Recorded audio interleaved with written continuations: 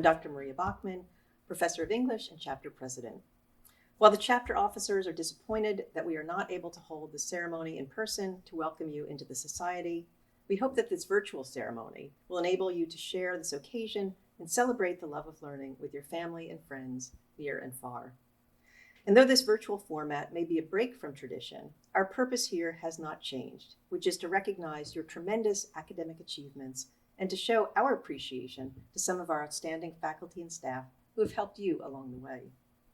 To begin, I'd like to extend a special thanks to Provost Mark Burns and to our academic deans, all of whom have continued to provide much support to our chapter. Hello, I'm Dr. Mary Todd, Executive Director of the Honor Society of Phi Kappa Phi. We are so pleased that you accepted your chapter's invitation to membership. You have been invited into a very special community of scholars. Your academic achievement earned you this recognition. To those who make the important decision to accept the invitation to join the Honor Society of Phi Kappa Phi, when you receive your degree, you are both entitled and encouraged to call yourself a Phi Kappa Phi graduate of your college or university. Once inducted into an honor society as a student, you remain a member the rest of your life. Active membership affords you a ready-made network of equally talented peers, a resume boost, career connections, and resources to support you in the ongoing learning that higher education promotes. Membership comes with more tangible benefits, including eligibility for some of the $1 million in awards and grants that Phi Kappa Phi funds each year for further study.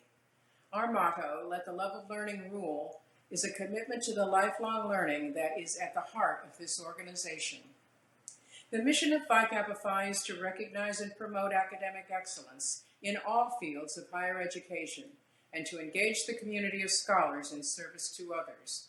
We're proud to welcome you to that community and to celebrate excellence with you. Congratulations. Our faculty and staff initiates are Dr. David Foote, Dean Beverly Keel, Ms. Cindy Pfeiffer, Dr. Ben Stickle, Dr. Rick Van Ostel, Dr. Greg Van Patten, and Ms. Wendy Watts. Good afternoon. My name is Dr. Philip Phillips, and I am the immediate past president of MTSU Chapter 246 of the Honor Society of Phi Kappa Phi. The badge of the society is a globe against the background of the sun, whose rays form an expansive corona and radiate in a number of symmetrical and equal concentrations from behind the globe. These signify equivalence among the various branches of learning and represent dissemination of truth as light. Encircling the globe is a band containing the Greek letters Phi Kappa Phi. It symbolizes a fraternal bond that girds the earth and binds the lovers of wisdom in a common purpose. The seal of the society features the badge at its center. The badge is surrounded by a crenellated line that represents the battlements and walls of ancient Troy. In the space between this line and the periphery of the seal appear 3 stars just above the badge, one for each of the 3 original chapters. Below the badge is the phrase, "Founded 1897." The ribbon of the society is a meander pattern that is common in ancient Greek art, and it symbolizes the classical features of the society. The first word of the Phi Kappa Phi motto is philosophia. For historical reasons, the society translates this Greek word as the love of learning. The second word of the motto is kriteto, a verb meaning to rule. In our motto, the word has the form of a strong exhortation that calls on us to let the love of learning rule. The last word of the motto is photon. This word occurs in ancient Greek poetry and drama with reference to mortals in contrast to immortal gods. In our motto, it refers to all humans, so we translate it as the word humanity. Thus, in saying the Phi Kappa Phi motto, Philosophia Criteto Photon, you are calling on yourself and others to let your lives be ruled by the love of learning. It's now my pleasure to welcome our distinguished speaker for today, Dr. David Foote, Professor of Management and longtime honors faculty member here at MTSU. The motto of Phi Kappa Phi is to let the love of learning rule humanity. The question I asked you today is this: can there truly be humanity without learning? Put another way, do all you can to create humanity in this world by learning. Learning about people who are different from yourself, but who are no less human than you are, and bring every bit as much value to our world as you do. Before I go further, let me note that there are elements of comments that I shared with Omicron Delta Kappa inductees a few years ago in this talk. That said, no doubt they have all graduated and gone on to fascinating careers by now, so I don't think I'm in danger of boring anyone by repetition. Václav Havel, the last president of Czechoslovakia and the first president of the Czech Republic, said, "Seek the company of those who seek the truth, and run from those who have found it." In other words, if someone claims to have the truth, then that person has decided there is nothing more to learn, and will therefore not be open to different viewpoints. They will refuse to accept anyone or anything that challenges their truth. If your ideas are different from theirs, if your beliefs are different from theirs, indeed, if anything about you is different from their singular notion of the truth, then they will reject it and count it as less than. Jamil Zaki, in his book, The War for Kindness, tells us that the hormones that encourage parents to nurture children also make us suspicious of outsiders. And along with the ability to understand each other, humans developed a knack for separating ourselves into us and them. This is consistent with social identity theory. We categorize things and people in order to understand and identify them. Then we adopt the identity of the group into which we have been categorized ourselves as belonging. In so doing, we become more and more like other people in that group. Finally, we compare our group favorably against other groups in order to maintain our own self-esteem. We want to feel superior, stronger, and better than those not in our group. This ultimately leads to excluding those not in our group, even without doing so intentionally, from our lives. Helen Rice, in her powerful book, The Empathy Effect, notes that we as humans are wired to constantly create outgroups. As we do so, we don't build empathy among ourselves, we destroy it. We live in an intensely divided world today, a world populated and characterized by people who believe they have the truth. When their truth is challenged by differences of almost any kind, tempers flare, all too often ending in verbal or even physical violence against the less than. Yet so many of these differences that make people less than in the eyes of the holders of the truth are things over which we have no control. You did not decide the race into which you were born, the ethnic group, or the country or religion in which you were raised. I had no control over whether I was born fully able or with significant disabilities. You didn't decide what chromosomes you would be born with, or whether your gender identity would match your body. None of us decided to be born into a rich family or a poor one. Do any of these differences make it acceptable for us to be unkind to each other? Of course not. And yet, so often we are. None of us knows what the next week, the next day, the next hour will bring. Things may be going exactly the way you want them to right now. You might have everything you want, everything you think you need, and you might be feeling pretty good about it. Indeed, you're being inducted into a highly prestigious honor society at this very moment. What's your first thought when you see someone for whom things aren't going so well? Is there sadness and compassion? Empathy? Do you feel that person's invisibility, his pain, her desperation? Do you experience a desire to help? What is your first thought when you see someone who looks different from yourself, who dresses differently? What do you think when someone expresses beliefs that differ from your own?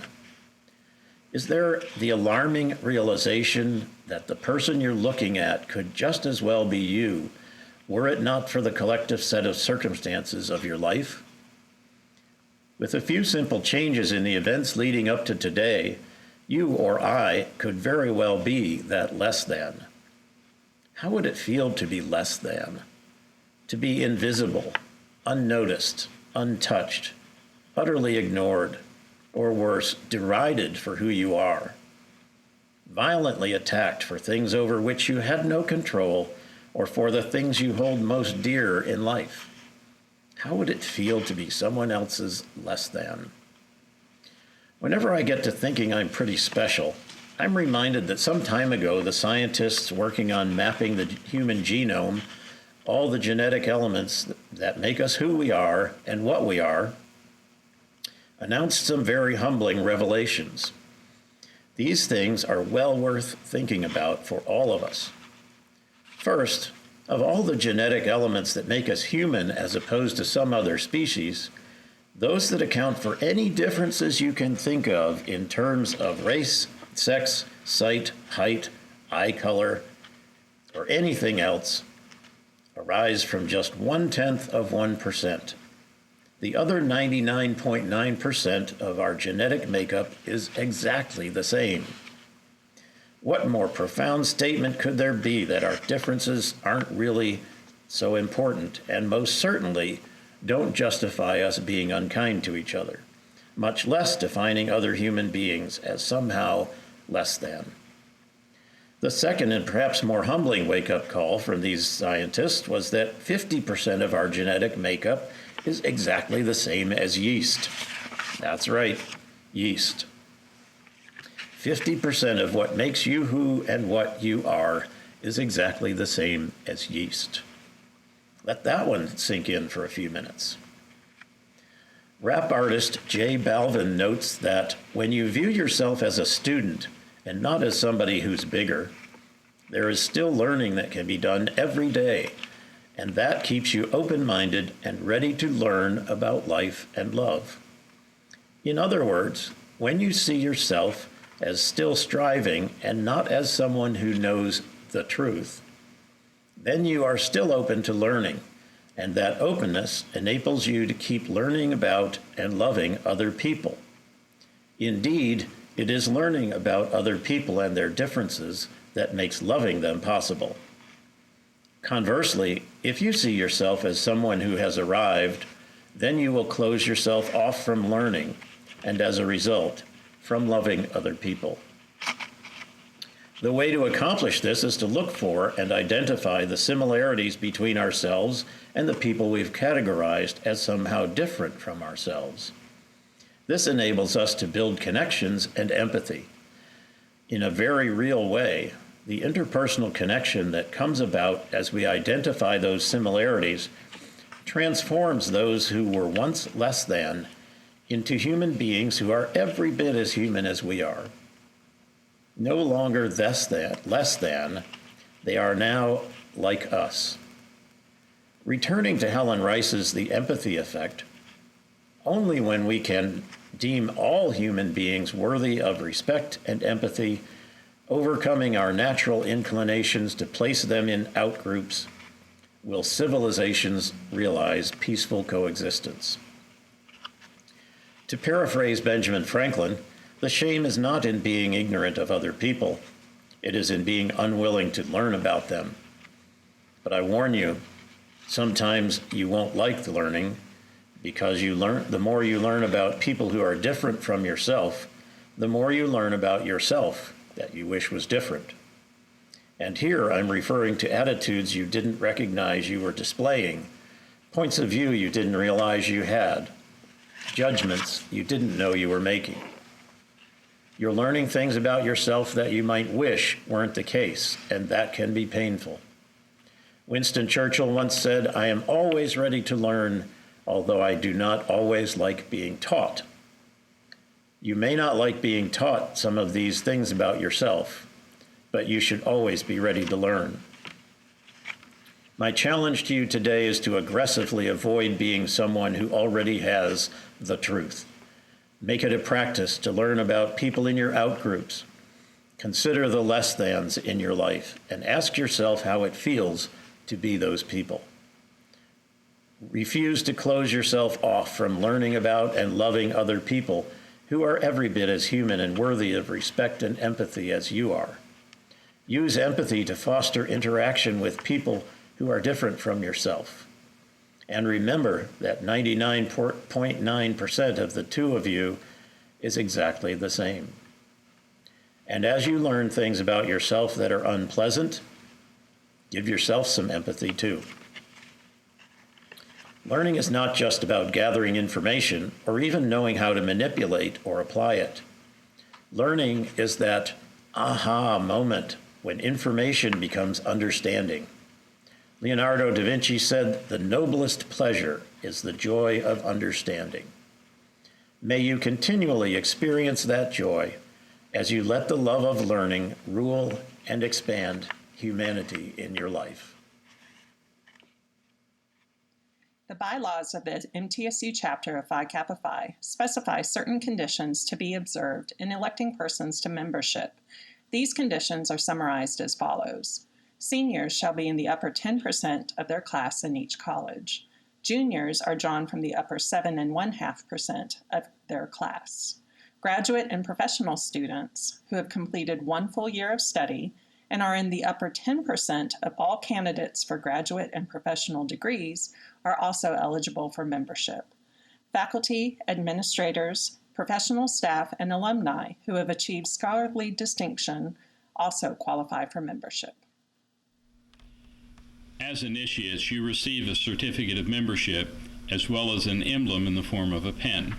Each of you will also receive a subscription to the Society's publication, the Phi Kappa Phi Forum magazine, along with access to a variety of benefits and services designated to assist you throughout your academic and professional life.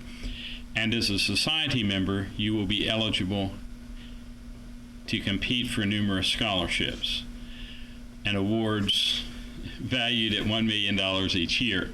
Members of our chapter have received many of these awards, including the Phi Kappa Phi Fellowship, Love of Learning Scholarship, and the Study Abroad Scholarship. Let me remind you that once initiated into the Society, each of you will always be a member of Phi Kappa Phi. To be classified as an active member, however, and to continue to receive its many benefits, you will need to pay national dues annually. You are urged to maintain active membership not only as a means of personal fulfillment, but also as a way of helping to sustain the prestige and to support the activities of your honor society. We also sincerely hope that you will support your local chapter of Phi Kappa Phi at MTSU. By virtue of your superior scholarship, by virtue of what you have achieved and who you are, a combination of the qualities that led to your selection by the chapter of this society, it is now my privilege to declare you to be members in good standing of the Honor Society of Phi Kappa Phi. May you continue to merit this high honor, never complacent, ever seeking the realization of the Society's motto, "Let the love of learning rule humanity." Congratulations to you all.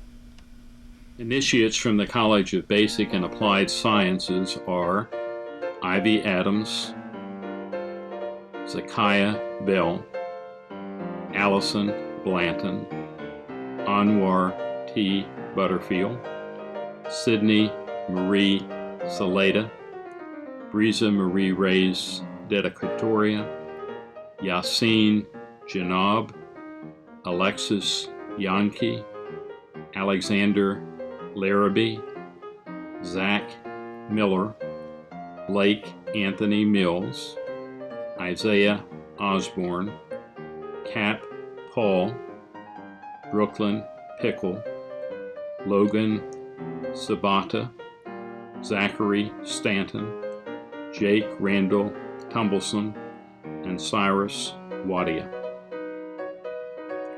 From the College of Behavioral and Health Sciences, Cassidy Bandy, Sarah Dove, Eli Eason, Tashina Marie Fugate, Lauren Deborah Ginn, Haley Hall, Lauren Johnson, James McCampbell, Garrick R. McGee, Jocelyn Rakowski, Angela M. Richardson, Alicia Robinson, Presley Shackelford, Eli Ward, and Heather Whitaker. From the Jones College of Business, Andrew Clark, Darian McCown, Twan A. Nugan, Jenna Noel Roberts, Abigail Swanson, Natasha Tepsuvan, Jason Wasilowski. From the College of Liberal Arts, Karen Crabb Brummer, Charlotte Ann Daigle, Dylan S. Estes, Bradley Charles Trotter, and Lindsay Williamson.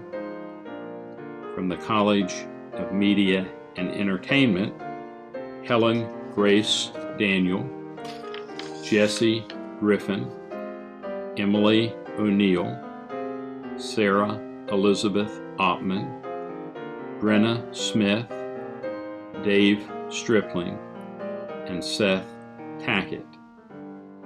From the University College, Rose Allen, Melody Cooper, Christina Maria Despain, Jacob T.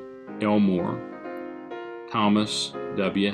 Haggard, Zaharia Danielle Herring, Melissa Adele Knight, Ann Nicole Trahosky, Larry Kareem Walker. From the College of Graduate Studies, Madeline Artaby, Jessica Bekar, Kelly Bond, Draven Brew, Leah I. Brewer, Daniel Dowd, Elizabeth Farish, Daniel N. Gobrile, Blanche Jackson Glemps, Martrell Devon Harris, Hannah Hartman, Heather Ann Heath, Erica D. Kimbrough, Wendy King, Cody Nicole Kitts, Christina Manley, Leanne McBride, Justin McLean, Isaiah O'Kelly McDaniel, Ann Ashford McLemore, Jessica Lane Merrill, Kaylee Nicole Mickey, Tony Carter Nadeau, Amity Parker, Brian Peterson, Cheryl S. Pryor, Aaron E. Rowland, Suzanne Scott, Brianna Searcy, Kia Spann, Casey N. Spall, Jessica M. Stockdale, Anita Carol Swayze, Taeza Javanti Ware, Alexis J. Williams Leverett, and Teresa Lynn Young. Hello, my name is Rachel Boer, and I am honored to recognize a group of people who have helped you reach this place in your academic career, your MTSU faculty and staff. We asked you to name someone who has been most influential in helping you reach your academic goals, and many of you responded. These individuals have guided your research and given you opportunities to make presentations. They have taught you to question, to analyze, and to apply what you have learned. They have also helped you develop valuable life skills and have made contacts with employers for you. Perhaps you have gone further than you imagined you could because of these individuals. We are fortunate to have so many caring and accomplished mentors here at MTSU. Congratulations once again on your initiation into the Honor Society of Phi Kappa Phi. You are joining a vibrant chapter which has been awarded the Platinum Circle of Excellence Award by the National Office once again for its high level of activity and service. We invite you to be active members of our chapter, to participate in some of our activities planned for spring, such as the new Leadership Library and the Relay for Life. Please like us and follow us on Facebook and Instagram, where we will post news and photos. We also encourage you to be on the lookout for email updates from the chapter about local and national scholarships and service opportunities. We would like to thank the University Honors College for continuing to sponsor our Phi Kappa Phi chapter, which has been active on our campus for over 30 years. It has also produced many Phi Kappa Phi scholarship and fellowship award winners over the years. We would especially like to thank our chapter coordinators, Kathy Davis and Wendy Watts, for organizing this event, as well as Clark Wilson for producing the video for our virtual ceremony. In conclusion, I charge you to be worthy of the Society's motto, "Let the love of learning rule humanity." I congratulate you, and I wish you well.